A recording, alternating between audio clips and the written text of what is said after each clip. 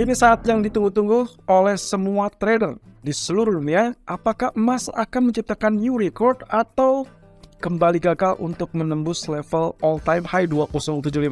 So, semua ini bukan karena tingkat suku bunga, karena itu sudah dipastikan akan melakukan kenaikan 25 basis point.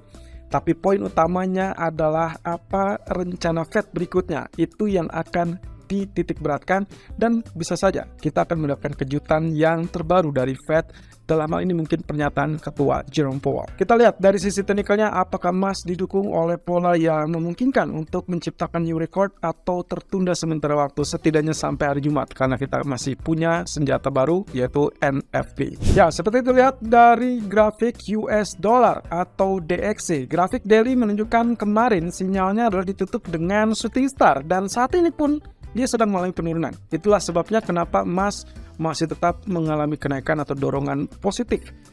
Ya, sebenarnya saya lihat di sini pasar saham pun cenderung relatif berjalan rendah, dan juga other currency juga masih tetap mencari landasan. Apakah mereka masih tetap sanggup untuk melanjutkan kenaikan apa tidak? Kalau ya, best case skenario-nya adalah terkait dengan kenaikan 25 basis point, kemudian memberikan sinyal jeda, dan itulah yang akan membuat emas, pound sterling, atau bahkan crude oil berpotensi rebound kembali. Tapi seperti biasa kita harus lihat juga dari kondisi tersebut bisa saja berbalik arah, apalagi kalau sampai DXY gagal tembus, katakanlah mungkin kita ambil saja areal support yang terbaru. Jadi saya ambil areal supportnya berdasarkan areal technical sederhana, kita menggunakan kurang lebih story ya. Di sini adalah level 101.19 atau yang paling rendah lagi adalah level 100.78. Jadi teman-teman, hati-hati dengan kedua level support di bawahnya. Ada level historical 101.19 dan juga level 100.78. Yang mana yang akan tercapai, mana yang akan gampang ditembus atau bahkan justru malah terpantau. Kita memiliki area yang terdekat adalah 101.52. Itu artinya mungkin saja dia akan langsung terpantau seperti itu, atau mungkin yang memungkinkan lagi kita masih tetap bisa melihat penurunan dari US dollar sampai level 101.19, tapi kemudian hati-hati dengan potensi kenaikan, terutama kalau misalkan di jam 19.30 atau mungkin sampai kurang lebih di jam 21.00 data ekonomi cenderung memihak kepada US dollar. Kemudian juga mungkin saja worst case skenario-nya bisa terbenam sampai level 100, lalu kemudian barulah rebound. Tapi itu berarti tanda-tanda bahwa emas semakin dekat untuk mencapai level new record. Itu pun kalau dengan catatan bahwasanya kalau misalkan terjadi penurunan sampai at least di level 100. Tapi kalau ternyata dolar hanya turun sampai katakanlah mungkin di level 101.52 atau 101.20, maka kemungkinan emas siap-siap berbalik turun di malam hari. Dan kalau kita perhatikan lagi, kalau dari sisi US Treasury yield-nya, maka terbenamnya US Treasury yield itu berarti tanda positif untuk gold. Tapi juga yang harus diwaspadai adalah kemungkinan potensi pembalikan, yang kita belum tahu sampai saat ini apakah penurunan ini adalah mengantisipasi terkait dengan pengumuman nanti malam, yang artinya bisa saja terjadi vice versa atau pembalikan respon. Kemudian di grafik daily-nya bisa saja kalau kita lihat memang secara keseluruhan inilah bearish engulfing. Tapi seperti yang kemarin kita sampaikan, itu adalah pengulangan dari pola yang sempat terjadi di tanggal 27 dan 28. Saya sempat menyebutkan di video kemarin, 27 bullish, 28 bearish, mungkin saja copy paste akan terjadi di tanggal 1 bullish, tanggal 2 bearish, dan exactly itu yang terjadi. Kita mendapatkan tanggal 2 candlenya bearish mirip dengan apa yang terjadi tanggal 28 April. Cek kembali video kemarin. Nah, sekarang kita lihat dari sisi gold yang sampai saat ini bertahan di level 2019. Ya, 2019.6 sedikit muncul di atas dari FR 0% grafik H1. Tapi apakah ini tanda-tanda akan lanjutkan kenaikan? Agak sedikit meragukan, apalagi kalau kita kombinasikan atau kita compare dengan apa yang terjadi pada RSI. Ya, RSI-nya sendiri cenderung mengalami penurunan. Walaupun kita lihat di sini stabil di atas atau sedikit mengalami kenaikan dari sisi harga. Ingat bahwasanya sisi harga membentuk formasi higher high, lalu kemudian RSI-nya membentuk sisi lower high, maka kemungkinan biasnya adalah bearish divergence terlebih dulu. Dan itu berarti ada kesempatan sebetulnya di retest kembali setidaknya sampai level support terdekat terlebih dulu. Dan saya rasa kita patut untuk mengharapkan kelanjutan kenaikan, tapi sebelum itu saya lebih prefer dia biarkan terlebih dulu untuk mengalami koreksi turun. Setidaknya mungkin sampai zonasi kira-kira kisaran antara 3,82% ataupun 23,6%. Itu berarti ada di kisaran 2003 sampai 2009. Ambil saja area tengah mungkin di 2006, 2008. Jadi kemungkinannya, base case skenario-nya, kemungkinan kita akan melakukan potensi koreksi yang terbatas sampai mungkin 23,6% ataupun ya maksimal di 38,6%. Kemudian secara bertahap dia mengalami kenaikan. Ingat, di jam 19.30 ataupun mungkin di jam 21.00 kita masih memiliki rangkaian data ekonomi, yaitu ADP Employment dan juga ISM Non-Manufacturing PMI. Keduanya akan sangat memberikan dampak yang signifikan. Tapi untuk keputusan Fed sendiri belum tentu langsung akan diperhitungkan karena semuanya masih tetap diracik dan juga berdasarkan data-data sebelumnya.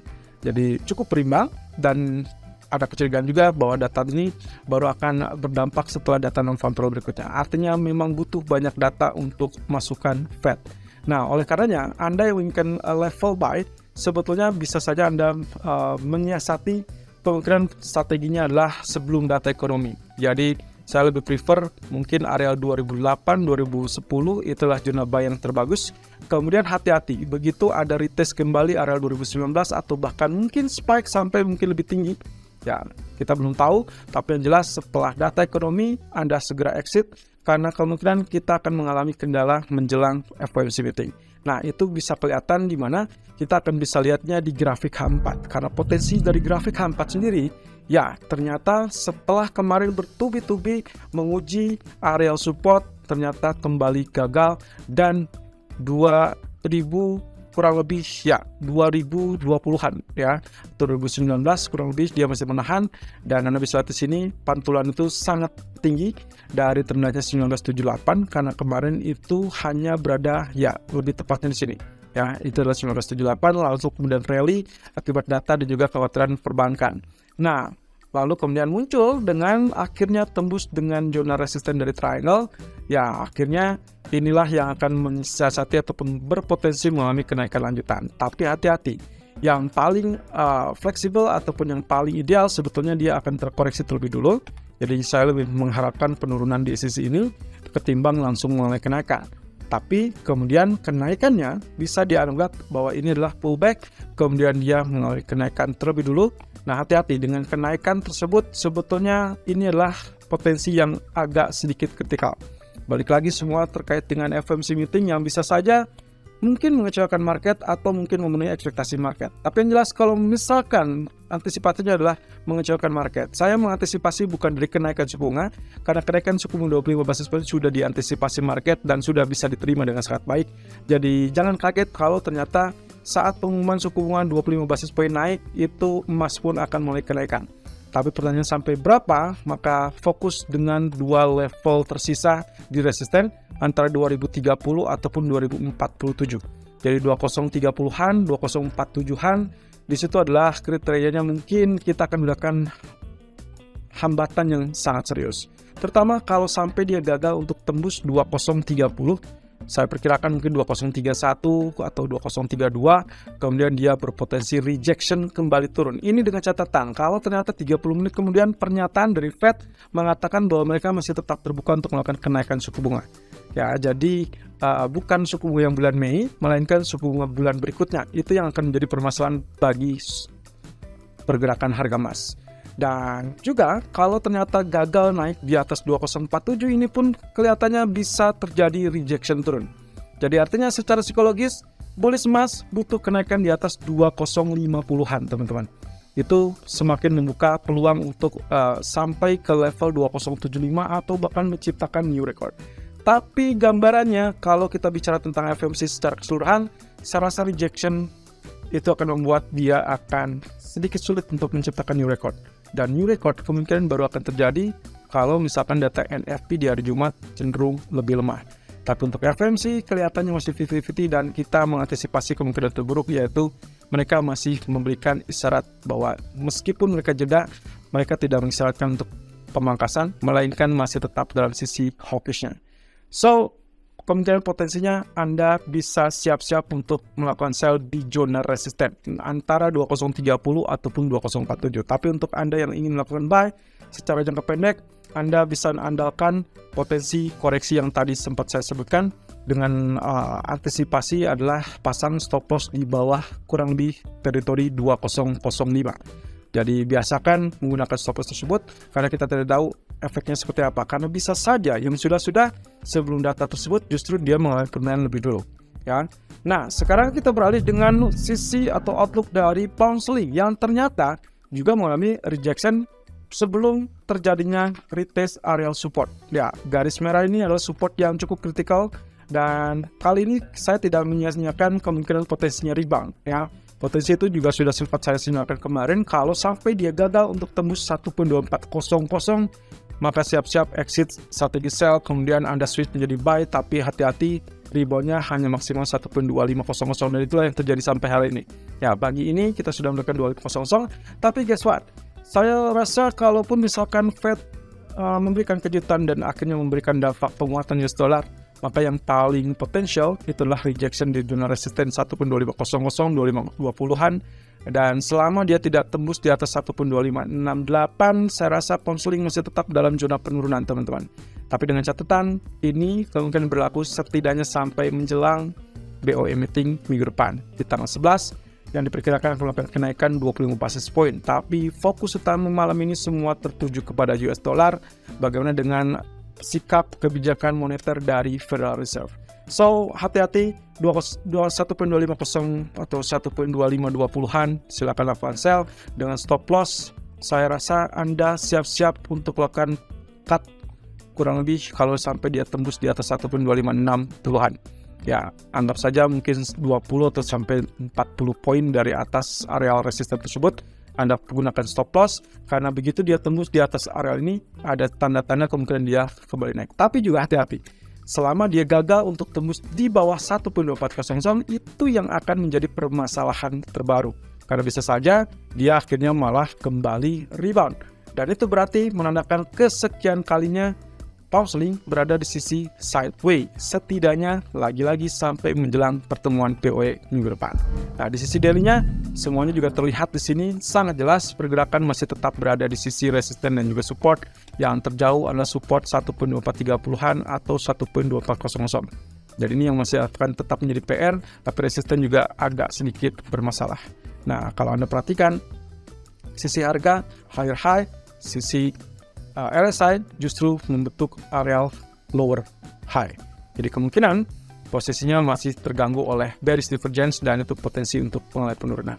Terakhir yang kita harus lihat dari crude oil adalah special case yang terjadi betul-betul yang kemarin kita sampaikan bahwa kenaikannya itu kemungkinan potensinya gagal untuk melanjutkan kenaikan dan akhirnya dia terbenam sampai surut di level 71. Dan itu berarti level historical price yang terjadi dan lagi-lagi menunjukkan garis biru trendline cukup kuat dan akhirnya rejection. Sekarang ceritanya, saya lebih berharap kalaupun dia mulai kenaikan, maka kenaikan tersebut hanya maksimum di area 74. Artinya kemungkinan kalaupun misalkan ekspektasinya adalah data ekonomi Amerika cenderung lebih lemah, ada harapan untuk rebound, lalu kemudian mungkin harapannya adalah Fed akan segera mengakhiri kenaikan suku bunga, maka dia pun akan mulai kenaikan dengan harapan itu akan meredakan situasi ataupun ketegangan terkait dengan resesi. Dan tingkat permintaan diharapkan tumbuh, tapi masalahnya adalah lagi-lagi level resisten dari trendline biru juga berdekatan dengan area sekitaran 7500. Selama dia tidak tembus 7500, hati-hati teman-teman. Kemungkinan potensinya dia mungkin saja terjadi rejection turun kembali dan kali ini perhatikan area 66 ataupun 64. So, tembus di bawah 70 akan sangat krusial, tapi kalau betul-betul dia memiliki kesempatan yang sangat bagus dengan tembus di atas 75, that will be great. Dan 78 saya rasa akan menjadi jaminan kalau misalkan dia tembus di atas dan ya katakanlah mematahkan resiko dari tekanan turun dari trendline tersebut. Tapi ingat, inti utamanya adalah Anda boleh buy tapi dengan jangka pendek saja, karena kemungkinan kita akan mengandalkan teritori ini 74, dan selama dia tidak naik di atas 74 atau 75, itu adalah titik krusial dia untuk terjadi rejection. Ya, pada akhirnya semua akan ditentukan oleh keputusan dari Fed. Tapi ingat, bukan kenaikan suku bunganya, melainkan rencana Fed berikutnya. Jadi perhatikan di jam 1.00 kemungkinan responnya tidak akan surprisingly kalau memang mereka menaikkan 25 basis point sesuai kesepakatan ataupun ekspektasi, tapi semua akan fokus 30 menit kemudian dengan pernyataan dari Fed ataupun dari Powell. Nah, tapi semua akan berubah seketika kalau ternyata Fed dengan mengejutkan di jam 1 dini hari mempertahankan suku bunga, dan itu yang tidak diantisipasi oleh market karena kemungkinan itu yang akan membuat kecewa. Tapi apakah emas akan bertindak sebagai safe haven sendirian atau dia naik bareng-bareng dengan crude oil dan juga pound sterling? Saya agak meragukan, tapi kemungkinan yang terbaik adalah emas sebagai safe haven masih bisa untuk mendorong rally setidaknya sampai teritori 2030 atau bahkan 2040. Tapi setelah itu, boom, kita masih tetap dalam keraguan karena market akan beralih fokusnya kepada NFP di hari Jumat.